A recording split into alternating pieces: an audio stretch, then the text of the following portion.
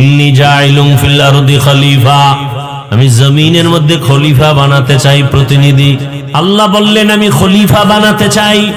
ফেরেশতারা বললেন যেই খলিফা বানাবেন তাদের আদর্শ কেমন হবে? আল্লাহ তাআলা একদিকে বললেন তারা হবে সৃষ্টির শ্রেষ্ঠ, আর তাদের আদর্শ কেমন হবে?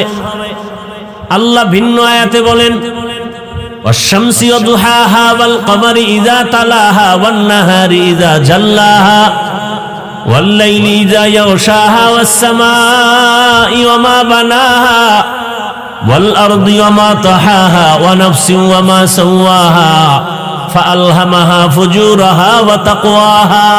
দর কিয়ামত ই জমিদার নেকো বাত, দর কিয়ামত ই জমিদার নেকো বাত কে জিনা দিদা গওয়াহি হাদে হাত। আল্লাহ তাআলা বলেন এমন এক জাতি আমি বানাবো, এরা হবে কি? শ্রেষ্ঠ। এদের আদর্শ কি? এরা চাইলে ন্যায়ও করতে পারবে, চাইলে গুনাহও করতে পারবে।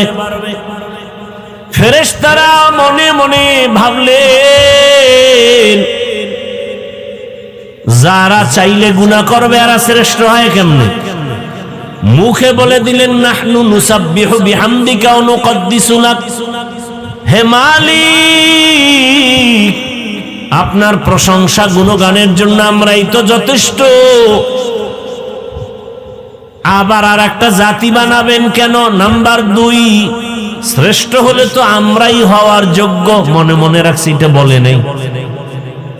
আল্লাহ তাআলা জবাব দিয়া বললেন ইন্নী আ'লামু মা লা তা'লামুন,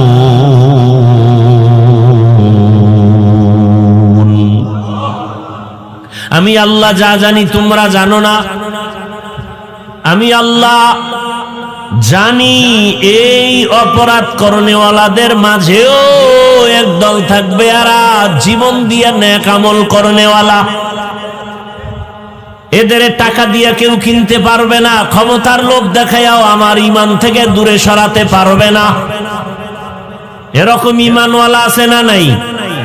এখন নাই, এখন সব বেঈমান হয়ে গেছে। কি সব বেঈমান হয়ে গেছে? এখন আছে না নাই? নবী বলেছেন ক্বালান নবিয়্যু সাল্লাল্লাহু আলাইহি ওয়া আলিহি ওয়া সাল্লাম লান তাজতামিআ উম্মতি আলা যালালাতি আবাদা। একই সময় সব